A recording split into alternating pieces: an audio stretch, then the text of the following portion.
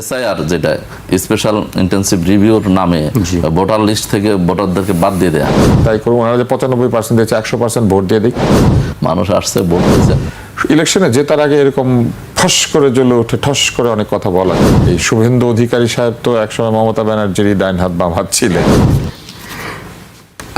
যে বিষয়টি নিয়ে কথা হচ্ছে মমতা ব্যানার্জির বক্তব্য, তারপরেই মূলত আলোচনা শুরু। আমি তার বক্তব্যটি উল্লেখ করতে চাই। তিনি সংবাদ সম্মেলনে বলেছেন, আমি কেন পদত্যাগ করব, আমরা হারিনি, এই পদত্যাগ করব না। পরাজয়ের প্রমাণ থাকলে আমরা পদত্যাগ করতাম। পরাজয়ের প্রমাণ তো তাদের নির্বাচন কমিশন দিয়ে দিয়েছে, মানে তারা বলেছে যে তারা হেরে গিয়েছেন। কিন্তু এই নির্বাচনটি অনেক আগে থেকেই বেশ একটা প্রকৌশলের মধ্যে ছিল বলে অনেকেই ধারণা করেছিলেন। কেননা আমরা নির্বাচনে বেশ আগে থেকে দেখতে পাচ্ছিলাম যে পশ্চিমবঙ্গের বিভিন্ন জায়গা থেকে পুশব্যাক শব্দটা ব্যবহার করা হচ্ছিল। মমতার যিনি প্রতিদ্বন্দ্বী, তিনি আলোচনার মধ্যে বিভিন্ন জায়গাতে এমনকি ইউটিউবে বাংলাদেশকে অত্যন্ত অকথ্য ভাষা আক্রমণও করছিলেন। তারপরে তিনি বলার চেষ্টা করছিলেন কিভাবে রাতে লোক ঢুকিয়ে দিবেন, দিনে কি জানি করবেন, কি কি জানি বলছিল। মানে আমরা তখন এগুলোকে সিরিয়াসলি নেই না, আমরা ভেবেছি মমতার সাথেই রাজনীতি করে, ওখান থেকে ট্রেনিং পাওয়া, তো এগুলোই তো বলবে। কিন্তু পরে দেখা গেল যে ওনার দল 94 না কত পার্সেন্ট, 95% ভোট পেয়েছে। এটা একটা গিনেস বুকের রেকর্ড। আমার ধারণা যেটা তারা যদি দাবি করেন এটা পেয়ে যাবেন। আমরা তো এখন গিনেস বুকের রেকর্ডকে অত্যন্ত গুরুত্বপূর্ণ বলে মনে করি। ফলে এই নির্বাচনে যে পশ্চিমবঙ্গের মতো জায়গায় এত ভোটাররা সব চলে এসেছেন, মানে কেউ প্রায় বাদে ছিলেন না, মানে একেবারে অসুস্থ, বৃদ্ধ কিংবা আসতে পারবেন না এরকম ছাড়া মনে হয় সকলেই ভোট কেন্দ্রে গিয়েছিলেন। তো এরকম একটা অদ্ভুত ভোট হয়েছে। তবে ভালো কথা, যারা জিতেছেন তারা জিতেছেন, যারা হেরেছেন হেরেছেন। তবে কেউ যদি বলে যে আমি হারি নাই, তাহলে সেটা তাকে প্রমাণ করতে হবে। উনি প্রমাণ করবেন যে কি কেন হারেন নাই, কিভাবে হারেন নাই। তবে এই নির্বাচনের আগে আরেকটা কাজ হয়েছিল, অনেক ভোটারকে ভোটার তালিকা থেকে বাদ দেওয়া হয়েছিল এবং অনেক সাধারণ কারণে তাদেরকে বাদ দেওয়া হয়েছিল। বোঝা যাচ্ছিল যে বাদ দেওয়ার জন্যই পুরো ব্যাপারটা করা হয়েছে। অনেক দিন থেকেই এই ভোটার তালিকা নিয়ে এক ধরনের প্রকৌশল আসামে হয়েছে, বিহারে হয়েছে, পশ্চিমবঙ্গেও হয়েছে, তো এগুলো হয়েছে। তো সবকিছু মিলিয়ে মমতা যদি মনেই করেন যে এই প্রকৌশল হয়েছে, তাহলে উনি আগে কেন বাধা দেন নাই? আগে যখন এই যে এত লক্ষ 90 লাখের বেশি ভোটারকে বাদ দেওয়া হলো, উনি কেন তখন গিয়ে বাধা দেন নাই? উনি কেন তাদের ভোটিং রাইটস নাই এমন অবস্থায় ভোটে গেলেন? তাই না? উনি তো ভোটে গিয়েছেন। উনি তখনই বলতে পারতেন যে এই সব বিষয়গুলি নিষ্পত্তি হওয়ার আগে ভোট করা যাবে না। কিন্তু উনি অত্যন্ত আত্মবিশ্বাসী, উনি ধরে নিয়েছিলেন যে 90 লাখ ভোটে কিছু আসে যায় না। কিন্তু ঘটনা তো ঘটে গিয়েছে। এখন উনি যদি থাকতে পারেন গদি আঁকড়ে, মাটি কামড়ে, চেয়ারের পায়া ধরে থাকবেন, কোনো অসুবিধা নেই। সেই অপশন বোধহয় নেই। যে মানে আমি তো জানি না আছে কিনা। ভারত পদত্যাগে বাধ্য করলো আমি করব না, তিনি বলছেন। আমি বলতে চাই আমরা নির্বাচনে হারিনি। 6 তারিখ তার মেয়াদ শেষ হয়ে গেছে বিধানসভা নির্বাচনে। যেদিন উনি গিয়েছেন সেদিন উনি মেনে নিয়েই গিয়েছেন যে নির্বাচনের পরে যে জিতবে সে ক্ষমতায় থাকবে। ফলে এখন যদি উনি বলেন যে নির্বাচনটা হয় নাই বা এখানে অনেক প্রকাশ্য কাজ অনেক কিছু হয়েছে যেটার কারণে নির্বাচনটা বৈধ হয় নাই, তাহলে উনি সেটা প্রমাণ করবেন। ভারতের একটা সুবিধা আছে, ওইখানে আদালত আছে, ভালোই আদালত, তাদের বিচার আচার হয় এখনো। তারপর ওনাদের কিছু রাষ্ট্রীয় প্রতিষ্ঠান আছে যেগুলি বেশ ফাংশনিং। ফলে উনি যদি মমতা যদি সেইখানে গিয়ে বিচার প্রার্থী হন, বিচার পান, পেলেন, তবে এটা কি আদৌ সম্ভব? বাস্তবতা চিন্তা করলে সম্ভব না। কারণ ভারতে যে দলটির কাছে তারা নির্বাচনে হেরেছেন, বিজেপি তো অত্যন্ত বৃহৎ এবং প্রভাবশালী দল এবং তারা মূলত একটি জাতীয়তাবাদী দল, যেখানে তারা হিন্দু জাতীয়তাবাদকে প্রমোট করেন। তো সেরকম একটি দলের সঙ্গে উনি কতটুকু সফল হবেন অন্তত এই প্রতিবাদ জানাতে গিয়ে বোঝা মুশকিল রয়েছে। আমি মনে করি যে এই নির্বাচনে পরাজয়ের একটি বড় কারণ কিন্তু তৃণমূল কংগ্রেসের নিজেদের অতি আত্মবিশ্বাস এবং নিজের প্রতিদ্বন্দ্বীকে নিজেই প্রস্তুত করা। এই শুভেন্দু অধিকারী সাহেব তো একসময় মমতা ব্যানার্জিরই ডাইন হাত বাম হাত ছিলেন, বা ধরেন ডান পা বাম পা ছিলেন, তিনি যুব তৃণমূলের সভাপতি কিছু একটা ছিলেন। তো এই যে উনি যে একটা কিছু ছিলেন, ওখান থেকে ট্রেনিং পেয়ে উনি এগুলা করছেন, ওখান থেকে উদ্ভট কথাবার্তা বলা হয়তো উনি শিখেছেন। তবে এই নির্বাচনের একটা সুদূর প্রসারী প্রভাব বাংলাদেশের উপরে আছে, সেটা নিয়ে আমরা পরে আলাপ করতে পারি আপনার এই প্রশ্নের পরে। কিন্তু একটা জিনিস আমাদেরকে মনে রাখতে হবে যে প্রতিবেশী দেশের রাজনীতি তাদেরই। আমরা এখান থেকে মতামত দিতে পারি বা অনেক কিছু করতে পারি, কিন্তু প্রতিবেশী দেশের রাজনীতি তাদেরই। এবং এই ক্ষেত্রে আমি বলবো যে আমাদের গণমাধ্যম যে কত ভালো, এই নির্বাচনের মধ্যে দিয়ে এটা প্রমাণ হবে। কারণ ধরেন এখন আমাদের গণমাধ্যম যদি চিৎকার করতে শুরু করতে এবং আপনি যদি এখন লাফাতে লাফাতে এখান থেকে ওই পাশে লাফ দিয়ে গিয়ে আপনি একটা শো করতেন, আপনি তারা যেভাবে চিৎকার করে আপনি এভাবে লাফ দিয়ে একটা শো করতেন এবং সেখানে গিয়ে আপনি বলতেন যে শুভেন্দু আমার পকেটে, কিংবা এই যে মাটির মধ্যে আমি শুয়ে পড়লাম, পিছনে একটা ম্যাপ রেখে, মানে এই যে উজবুকি কাণ্ড কারখানা যে তারা করেছিলেন তাদের গণমাধ্যমে, এখন ওনারা বুঝুক যে আমরা কত ভদ্র।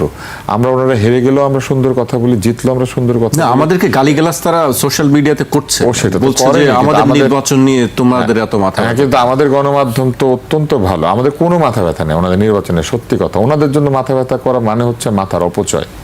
হ্যাঁ, ওনাদের জন্য ধরেন কোথায় ব্যথা হইতে পারে? আমাদের জন্য কোথাও ব্যথা হইতে পারে না। আমাদের কোনো ধরনের ব্যথা নাই, ওনাদের নিয়ে আমাদের মাথার কোনো ব্যথা নাই। ওনারা যা খুশি তাই করুন, ওনারা যে 95% দিয়েছে 100% ভোট দিয়ে দিক। ওনাদের কাছে আমাদের শুধু স্বনির্বন্ধ অনুরোধ, ওনাদের মিডিয়াতে যে কিছু অদ্ভুত বাঁদর শ্রেণীর লোকজন ঘোরাফেরা করে, এই বাঁদরগুলোকে যদি ওনারা নিয়ন্ত্রণ করতে পারেন, আমরা বুঝবো যে ওনারা আমাদের এখানে, আমাদেরকে নিয়ে ওনাদের কোনো মাথা ব্যথা নেই। এটা হলেই ভালো হয়। বাঁদরগুলিকে দেখতে ভালো লাগে না, এবং ম্যাক্সিমাম বাঁদর হচ্ছে ওই যে একটা কি চ্যানেল আছে ওইটার মধ্যে কাজ করে, আমি ভুলে গেছি বাঁদরটার নাম। তো এই বাঁদরগুলিকে যদি ওনারা নিয়ন্ত্রণ করতে পারতেন ভালো হয়। আমি খুব দেখতে চাই যে এখন এই বাঁদরগুলা কি করেন।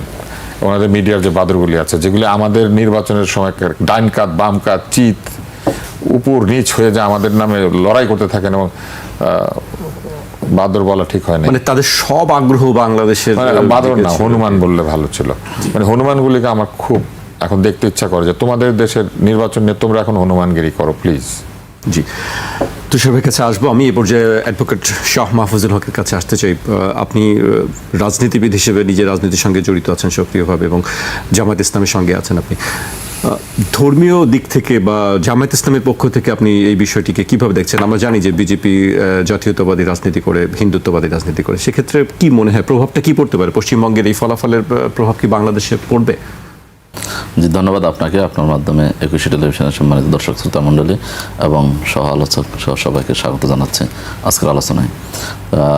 বিষয়টা এখন তো ভারতের নির্বাচন খুবই আলোচিত, এবং শুধু বাংলাদেশে না, মনে হয় সারা পৃথিবীতে আলোচনা হবে।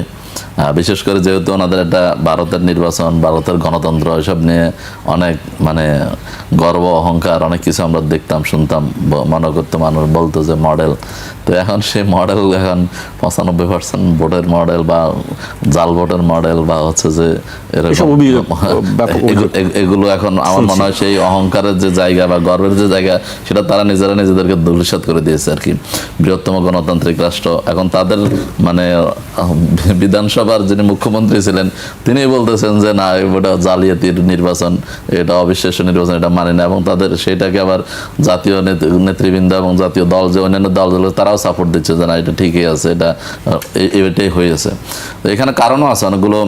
আমরা মনে করি যে বিশ্বাসযোগ্য নির্বাচন যে একটা অনেক জালিয়াতি হয়েছে বা ইয়াক হয়েছে, এরকম কিছু বিষয় আমরা দেখতে পাচ্ছি। যেমন হচ্ছে যে আপনি আমরা বললাম যে 95-96% ভোট কালেকশন, মানে এটা টার্নওভার চিন্তা করতে পারেন আপনি। এবং সেটা যে পশ্চিমবঙ্গের মতো একটা ইয়াতে রাজ্যে হয়, সবাই ভোট দিয়েছে এবার, সবাই ভোট দিয়েছে, মানে কবর থেকে উঠে হোক আর জীবিত হোক আর মৃত হোক, বা হচ্ছে যে আপনার নদী নালা খাল বিল সবকিছু পার হয়ে ডোবা সব পার হয়ে মানুষ আসছে, ভোট দিয়েছে, এবং ভোটের সেটা বিজেপি বিজয় হয়ে গেছে।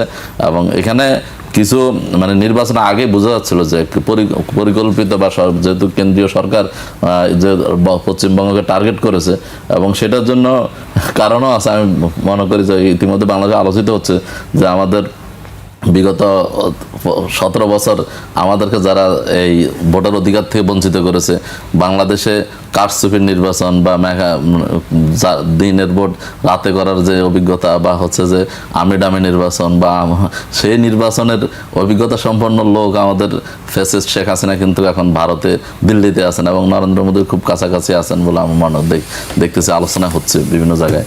এবং সেখান থেকে ট্রেনিং হয়তো পেয়েছেন, নয়তো বিভিন্ন TCTS বা বিভিন্ন ট্রেনিংয়ের মাধ্যমে জালিয়াতি নির্বাচনে একটা ইয়ে হয়েছে। এবং সেটা বিশেষ করে আমার কাছে আশ্চর্য লাগছে একটা জিনিস, যে SIR যেটা স্পেশাল ইন্টেনসিভ রিভিউর নামে ভোটার লিস্ট থেকে ভোটারদেরকে বাদ দিয়ে দেয়া, এবং সেটা পরিকল্পিত। আপনি দেখবেন যে প্রায় 91 লক্ষ ভোটারকে বাদ দিয়ে দেওয়া হয়েছে, এবং সেইখানে প্রায় 35 লক্ষ হচ্ছে মুসলমান। মুসলমানদের এটা কথিত বা ইয়েতে আছে যে তৃণমূল মুসলমানদের ভোট পায়, এবং সেই জায়গাতে দেখা যাচ্ছে যে 32 লাখ ভোট এখন তৃণমূল। এর মধ্যে অনেক মৃত ভোটারও ছিল, ভুয়া ভোটারও ছিল, 91 লাখ বা 1 কোটি যেটাই বলি। আমি আপনার কাছে আবারও আসবো, তুষার ভাইয়ের কাছে আসতে চাই। তুষার ভাই, বাংলাদেশে পুশব্যাক বাড়তে পারে কিনা এমন প্রশ্নের জবাবে আজকে স্বরাষ্ট্রমন্ত্রী বলেছেন, আমরা গতকালকেই বিজিবিকে নির্দেশ দিয়েছি যাতে সীমান্তে তারা একটু সতর্ক থাকে, কারণ সেরকম কোনো সম্ভাবনা দেখি না, যদি হয় যাতে তারা অ্যাড্রেস করতে পারে। আমার ধারণা সেরকম কিছু ঘটবে না। স্বরাষ্ট্রমন্ত্রী আত্মবিশ্বাসী, তিনি বলছেন যে এর ধরনের কোনো কিছু ঘটবে না। আপনি কিভাবে দেখছেন আসলে প্রভাবটা কোনভাবে পড়তে পারে? শুধু সীমান্তের দিক দিয়ে, নাকি রাজনৈতিক কারণে, না ব্যবসা বাণিজ্যিক কারণে কোনো প্রভাব কি পড়তে পারে, নাকি আসলে পুশব্যাকের সিদ্ধান্ত কিন্তু কখনোই প্রাদেশিক সরকারের নিতে পারার কথা না। পুশব্যাকের সিদ্ধান্ত নিতে গেলে এটা কিন্তু একটা কেন্দ্রীয় সরকারের সিদ্ধান্ত হইতে হবে, কেননা সীমান্ত তো প্রাদেশিক সরকারের না, সীমান্ত তো কেন্দ্রীয় সরকারের। এবং সীমান্তে কাউকে পুশব্যাক করা হবে, এটা কোনোভাবেই একটা প্রাদেশিক সরকার সিদ্ধান্ত নেবেন, এটা হয় না। যদি কেউ এটা করেও থাকেন তাহলে এটা উনি অন্যায় করবেন আর কি, করার চেষ্টাও করেন। আর পুশব্যাক কেন করবেন? নিজের দেশের নাগরিকদেরকে তারা আমাদের দেশে ঢুকিয়ে দেওয়ার চেষ্টা কি কারণে করবেন? আমরা ঢুকলাম কিভাবে? আপনি একটা জিনিস চিন্তা করেন, কিন্তু মনে করেন আপনি পার হয়ে ওই পারে যাবেন, তাহলে ওই পারে যারা পাহারা দেয়, দে আর স্টুপিডস, দে আর ইনকম্পিটেন্ট, দে আর ইনএফিশিয়েন্ট, তারা তাদের সীমান্ত পাহারা দিতে পারে না, আমরা ঢুকে পড়তে পারি। তো এটা কি হয়? এটা হয় না। তাহলে নিজেদের অপদার্থতার দায় আমাদের উপরে কেন দিবেন? ইধার উধার তো হয় না, ইধার উধার যদিও হয়, কোনো একটা দেশ যদি বলে যে ওনারা দলে দলে আমাদের এখানে ঢুকে পড়ছেন, তো আপনারা ঘুমাচ্ছিলেন? আপনারা কি করছিলেন? প্রশ্ন অবশ্যই, তাই না? তো এত এত কোটি কোটি লোক ঢুকে পড়লো, কিভাবে ঢুকলো? আর ঢুকলো যদি আপনার তার সাথে সাথেই তাদেরকে আপনারা চিহ্নিত করে আমাদেরকে ফেরত দিলেন না কেন? ব্যাপারটা এরকম না। আসলে পুরাটাই হচ্ছে একটা রাজনৈতিক উদ্দেশ্য প্রণোদিত একটা কথা। বাংলাদেশ কার্ড। আমি আপনাকে কিছু, হ্যাঁ অফকোর্স, এটা আমি আপনাকে একটা উদাহরণ দিই। বাংলাদেশের জিডিপি ভারতের চেয়ে বেশি। বাংলাদেশের মানুষের ধার্মিক মানে সাম্প্রদায়িক সম্প্রীতি ভারতের চেয়ে ভালো। বাংলাদেশের রাজনৈতিক শক্তি, এখন যারা ক্ষমতা আছেন তারা তো অবশ্যই গণতান্ত্রিকভাবে ক্ষমতা এসেছেন। আগে যারা ছিলেন তারা ছিলেন ভারতের বন্ধু। তো বন্ধুগুলা কি তোদের দেশে লোক পাঠিয়ে দিয়ে, সরি তুই করে বলা উচিত আমার, তোমাদের দেশে লোক পাঠিয়ে দিয়েছিল? বন্ধুরা তো তোমাদের বন্ধু ছিল না।